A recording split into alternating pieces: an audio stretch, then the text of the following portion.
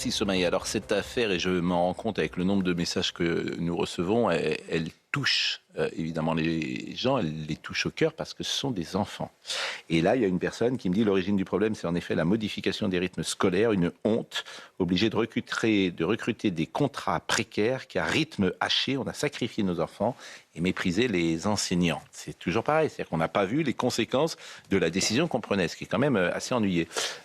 Mayalène, vous vouliez poser une question? Oui, moi j'avais une question pour vous. C'est quand même un domaine où on travaille avec des jeunes. Mayalène Je ne Trémollet. comprends pas qu'il n'y ait pas suffisamment de contrôle, notamment quand on parle de transfert après un signalement d'un animateur périscolaire vers un autre établissement parisien. Comment vous expliquez, parisien en plus, donc c'est ce que vous me disiez, qui reste dans la même région, voire dans la même ville, comment vous expliquez qu'il n'y ait pas un contrôle sur pourquoi il partirait, pourquoi il serait muté et où?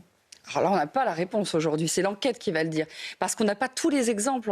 On est au début de l'enquête, imaginez-vous. Un exemple qu'on a pour le moment, c'est celui d'un animateur place en garde à vue qui finalement, dont la plainte a été classée sans suite. Et c'est ce qui lui a permis aussitôt de retrouver un poste d'animateur dans une école parisienne, l'arrondissement d'à côté, parce que selon les traces étaient vierges, il n'y avait pas de mise en examen. Donc ça a permis à ce moment-là à ce même animateur d'aller à nouveau au contact des mineurs. Alors, donc, une mise en cause depuis il a été mis ça n'a pas suffi. suffi. Mais il y a également Là, ça n'a cette pas affaire suffi. de la caméra cachée. Enfin, c'est invraisemblable. Donc il y a une caméra cachée pendant 1 an et manifestement, on attend je ne sais quoi avant de diffuser cela ou même de prévenir la police ou la justice. C'est Enfin, une affaire de caméra cachée. Bah, France Télévisions qui tourné un France reportage Télévisions a durant tourné. des mois et qui ont fini par sortir ce reportage au mois de janvier, mais ça faisait des mois qu'ils avaient des images. Enfin, on parle d'enfants. Donc vous avez des gens qui gardent, visiblement, alors ça aussi doit être vérifié, mais qui gardent des images avec des agressions d'enfants et on ne prévient pas la police, on ne prévient pas la justice. Enfin, je vous assure, cette affaire est à multiples fragmentations, comme vous dites. Je peux donner une précision. Pascal Pierre Garbarini.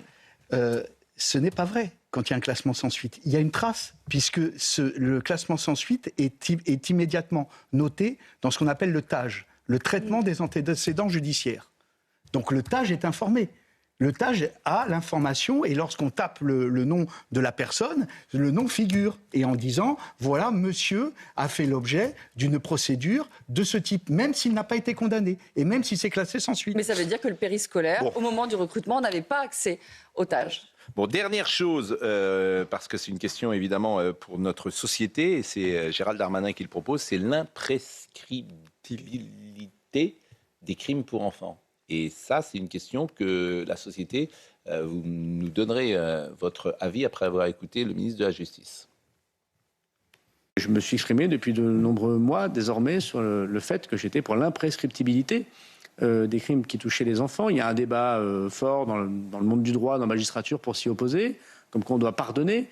Aujourd'hui, les crimes sont imprescriptibles que pour les crimes contre l'humanité. Moi, je pense qu'on tue l'humanité d'un enfant, d'un adulte, plus tard lorsqu'il a été violé par ceux qui sont censés les protéger par ailleurs, ses parents, ses grands-parents, ses cousins. Je pense que oui, il faut mettre fin à ce déni, surtout que les preuves d'aujourd'hui ne sont pas les preuves de 1960. On dit souvent que parce qu'il faut refuser l'imprescriptibilité parce qu'on n'a pas les preuves et que ce sont des procès sans preuves. Mais d'abord, les adultes mettent énormément de temps à dire qu'ils ont été violés quand ils étaient petits. Moi, j'ai personnellement un témoignage personnel de quelqu'un qui, sur son lit de mort, à plus de 70 ans, a avoué que quand il était petit, il avait été violé. Je pense que c'est vraiment quelque chose qui nous touche toutes et tous. Donc il faut comprendre ce temps aussi de l'aveu. Et deuxièmement, les preuves d'aujourd'hui, les preuves numériques, notamment les preuves médicales, seront bien mieux gardées dans 20, 30 ou 40 ans que les preuves des années 1960. Donc oui, je suis pour mettre l'imprescriptibilité pour les crimes qui touchent les enfants. Je crois que le crime aujourd'hui, c'est 20 ans d'imprescriptibilité. C'est 20 ans le crime. Avant, c'était 10 ans d'ailleurs. Oui, c'est ça. Maintenant, c'est 20 ans. Bon. Et sur les mineurs, c'est un peu différent. Sur les mineurs. C'est pour une agression sexuelle sur mineur, c'est 10 ans, jusqu'à 10 ans après la majorité de la victime. Et pour un viol sur mineur, c'est jusqu'à 30 ans après la majorité de la victime. Richard soit Millet. 48 ans. Richard Millet. Donc philosophiquement, en tout cas, c'est une chose extrêmement intéressante. Vous savez que je pense que c'est Vladimir Jankélévitch qui a introduit cette notion à propos des crimes nazis de l'imprescriptibilité. Et je trouve qu'à un moment où les peines de prison sont de plus en plus grignotées par les réductions de peine, où il n'y a plus de peine capitale, bien sûr, et où il n'y a plus non plus de perpétuité véritable, l'idée d'une imprescriptibilité est une chose excellente, semble-t-il, pour l'esprit. Socialement, Qu'est-ce que vous en pensez ? Sur un plan sociétal, c'est un débat qui mérite que l'Assemblée nationale s'en saisisse, ça c'est certain. En revanche, il y a une très grande difficulté. Moi, c'est l'avocat qui parle, c'est justement la charge de la preuve. Parce que là, encore une fois, et on le voit aujourd'hui dans toutes les affaires, donc il y a des accusations qui sont portées. Il faut quand même que la personne qui subit cette accusation, elle puisse se défendre. Et avec l'imprescriptibilité de ce type de décision, si on vous dit 20 ans, 30 ans, 40 ans, 50 ans plus tard que telle personne a commis un acte, comment il se défend ? C'est-à-dire que comment il va se souvenir du lieu, comment il va se souvenir de ce qui s'est passé, quelles preuves il peut apporter, etc., etc. Ça pose encore une très grande difficulté. Bon. L'accusation, c'est bien, mais les droits de la défense, ça existe et c'est nécessaire parce que sinon, on est dans une société qui ne fait qu'accuser. Regardez aujourd'hui ce qui se passe sur les affaires d'agression sexuelle et de viol. Je ne dis pas qu'il n'y a pas de victimes, bien évidemment. Je ne dis pas que leur parole, elle doit être négligée. Au contraire, et tant mieux que ce débat ait lieu. En revanche, vous voyez bien la difficulté qui existe lorsque la personne est accusée pour se défendre. Donc c'est une réelle difficulté. Je le dis parce que quand on dit cela, nous on le prend de manière extérieure. Qu'est-ce qu'on fait si à vous, on vous accuse et que vous n'avez rien fait ? C'est également comme ça qu'il faut se poser la question. Comment vous vous défendez ? Jacques Serret, et ça sera le dernier mot sur ce sujet. C'est une belle idée de Gérald Darmanin, je trouve, à mon sens personnel. En revanche, ce que j'aurais aimé de la part du garde des Sceaux, son rôle, c'est qu'il pointe la responsabilité politique des gens, des hommes et femmes politiques qui ont pris les décisions il y a 10, on ne 15 le sait pas ans, pour le moment. Et qui ont amené indirectement à ce genre de situation. C'est-à-dire sur le périscolaire, vous voulez dire ? Oui. Oui, bien sûr. Mais cette responsabilité-là, aujourd'hui, elle n'est pas pointée dans le débat. Bon, dernier mot ? Oui, à ce compte-là, Barbie n'aurait jamais été jugée. C'est pas pareil. Si, pour moi, c'est pareil. Non, parce que là, justement, c'est la notion de... C'est le crime contre l'humanité. C'est un crime contre l'humanité à partir du moment où vous bousillez la vie d'un enfant. Mais je comprends très bien ce que vous dites. On est tous d'accord.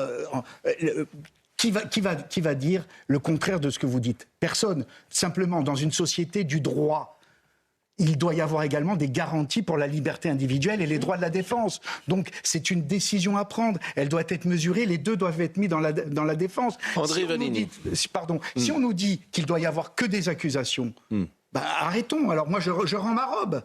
Je la jette à la poubelle. Il faut que je puisse défendre les gens. Comment vous vous défendez ? Voilà. Je dis juste, je veux dire quelque chose.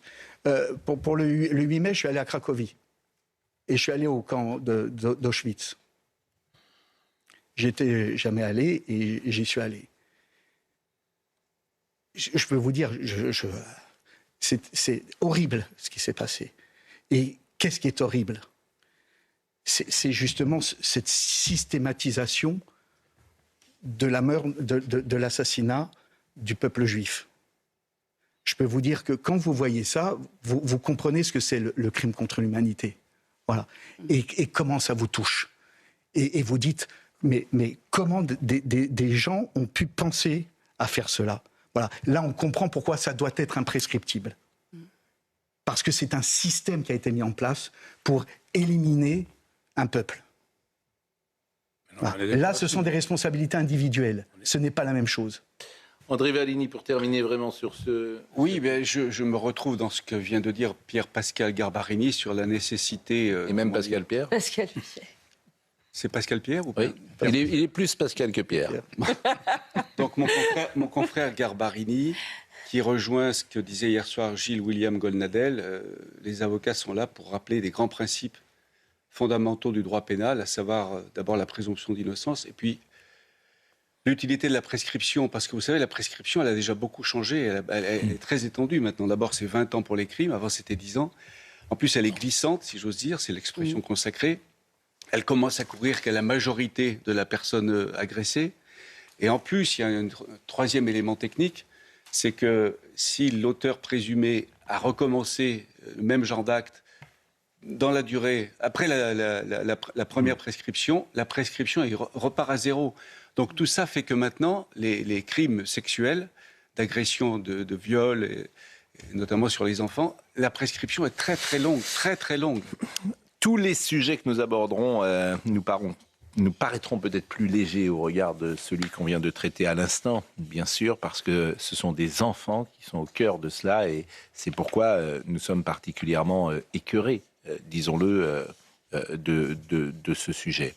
Alors, Sandrine Rousseau, par exemple, qui a parlé du cadavre... La transition est... Exactement, mais ça nous paraît tellement dérisoire par rapport à ce qu'on vient de dire, puisque Sandrine Rousseau a pris la parole et elle ne veut plus qu'on parle de steak. Elle veut qu'on parle de cadavres d'animaux. Donc vous seriez au restaurant et vous diriez « je voudrais un cadavre d'animal ». Voilà où on en est aujourd'hui en France. Les menus des restaurants auraient beaucoup plus d'allure, a-t-elle dit lors d'un échange organisé par Future Association, une organisation de protection animale. Alors, je vous propose d'écouter Madame Rousseau. Je ne sais pas si on doit rire ou pleurer de ce qu'elle dit. C'est vrai qu'elle se moque des agriculteurs, des filières. Elle avait dit « j'en ai rien à faire ». Elle ne l'avait pas dit comme ça. D'ailleurs, c'était encore plus vulgaire ce qu'elle avait dit. Rien à péter. Voilà. Mais c'est Sandrine Rousseau et ça fait partie des bêtises qui sont dites dans l'espace médiatique, dans l'espace public, par des gens qui ont été élus. Donc, il faut les écouter néanmoins. J'aimerais bien un jour réussir à passer une loi où on appelle les steaks de la bonne manière, c'est-à-dire des cadavres d'animaux. Quand on parle par exemple de steak de soja, ils veulent qu'on appelle ça maintenant des croquettes ou des galettes végétariennes pour pas utiliser le terme steak. Les menus des restaurants auraient beaucoup plus d'allure s'il y avait cadavres de vaches plutôt qu'entrecôte, quoi. Je suis sûre que ça dissuaderait un peu. Ouais. André Vanini, vous venez de poser une vraie question que je ne rappellerai pas à l'antenne, mais vous avez dit pourquoi on fait de la publicité. Et ça, c'est une vraie question. Mais oui. Parce que c'est un choix. Chaque matin, nous nous disons, est-ce que nous devons écouter cette dame ou pas? C'est une vraie question. Je n'ai pas la réponse. Moi, je suis plutôt pour tout passer, pour que les gens Oui, bien sûr. se fassent leur opinion. Oui, finalement, ça n'est pas plus mal parce que je pense que c'est contre-productif. Je rappelle que vous êtes allié quand même avec ces gens-là. Hein. Moi, non, je suis allié avec personne. Oui, Moi, je suis allié avec moi-même. Bah si, vous êtes allié.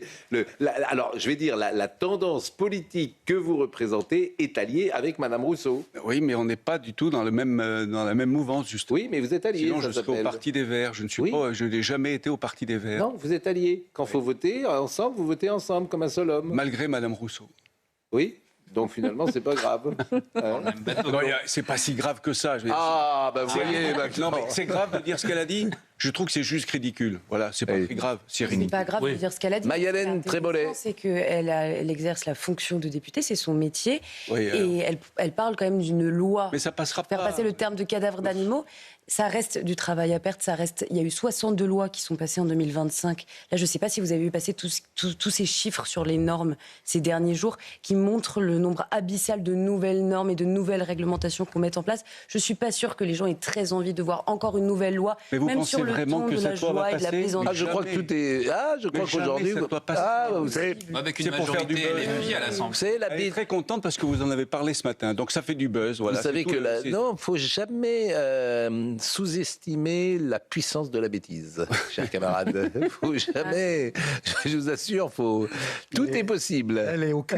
Tout est possible. Richard Millet. Ce qu'a dit Mme Rousseau est ridicule, bien sûr, mais en réalité, il ne faut pas négliger ce qu'elle dit, parce que ça s'inscrit dans la guerre culturelle dont nous parlions, et c'est un petit élément de cette guerre. Moi, je viens, si vous permettez, Pascal, d'une région où la race, parce qu'on parle de race, Pascal, à propos des vaches, désolé. Elle fait peur. Oui, elle fait peur.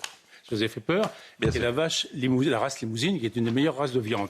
Donc je la défendrai jusqu'au bout. Et je me rappelle, Le Point m'avait demandé, il y a une dizaine d'années, une tribune sur la viande.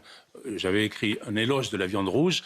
Et M. Caron m'avait violemment traité de je ne sais plus quoi, en disant que je me trompais complètement. Vous voyez? Donc c'est une guerre culturelle. Mais bien sûr. Il faut la mener.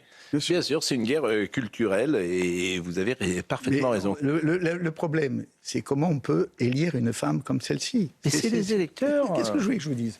Parce que moi, j'aurais honte. Sérieusement, moi, j'aurais honte. Moi, j'ai une députée comme ça qui me représente. J'ai dit, écoutez, quand vous parlez, est-ce que vous pouvez dire à l'exception de Pascal Garbarini, s'il vous plaît? Voilà. Mais ils ont un problème avec la langue française, c'est ce qu'on parlait hier.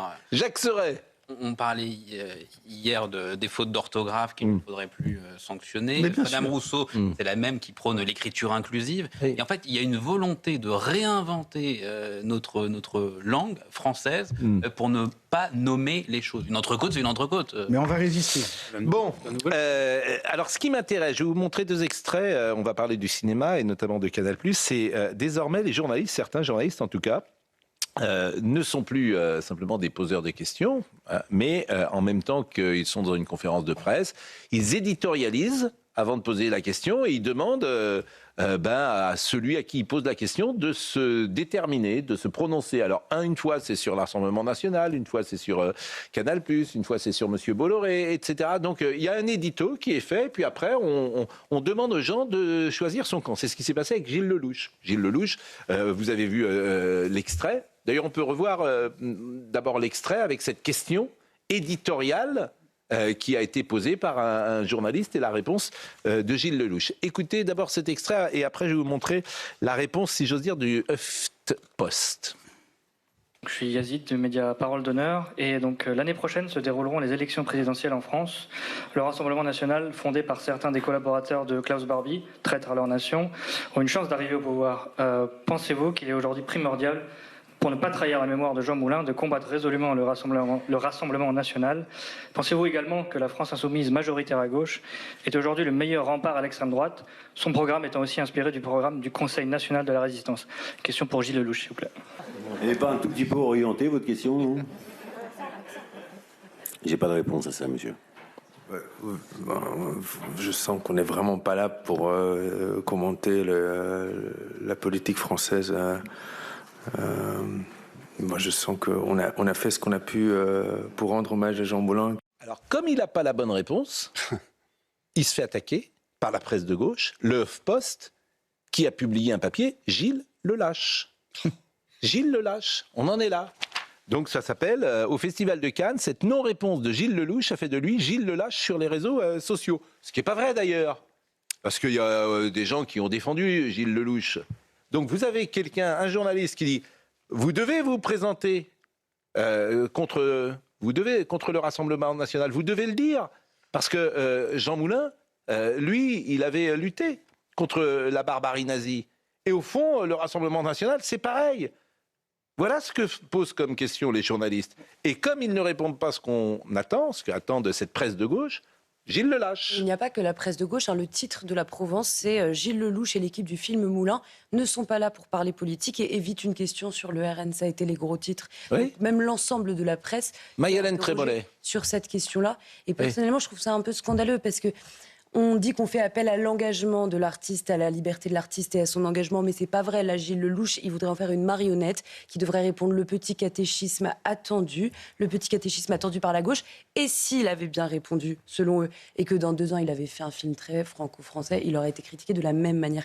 Donc on fait pas appel à son engagement d'artiste en réalité. On voudrait juste entendre une réponse automatique à une question dont on considère avoir déjà la réponse.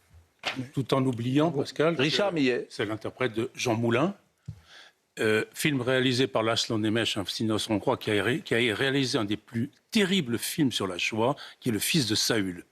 Si vous voulez voir ce que c'est les Sonderkommando, comment on éliminait les cadavres et tout ça, regardez ça. Alors pareil, deuxième passage que je voulais vous montrer, ça s'est passé avec Maud Bréjon. Pareil, un journaliste indépendant prend la parole et alors parle en l'occurrence de notre chaîne, parle de CNews. Madame, vous combattez le RN, mais vous allez sur l'antenne de CNews, vous êtes responsable. Expliquez-vous, procès de Moscou, expliquez-vous. Et Maud Bréjon qui navigue, parce que Maud Bréjon, elle pourrait dire, écoutez, ça va, ne traitez pas les uns et les autres comme ça, parce que les mots néofascistes sont donnés sur des personnalités de notre groupe, néofascistes. Elle pourrait dire, ah, je vous en prie, monsieur, mesurez vos propos. Non. Elle hésite quand même, donc elle répond habilement, comme on dit. Mais habilement, souvent ça veut dire on répond sans courage. Quand on est habile, c'est ça souvent là, ce que aussi ça signifie. Moi j'aurais aimé que même Maud Bréjon réagisse fortement devant ce journaliste qui dit n'importe quoi. C'est aussi son... c'est une possibilité. Écoutez Maud Bréjon interrogée par ce journaliste.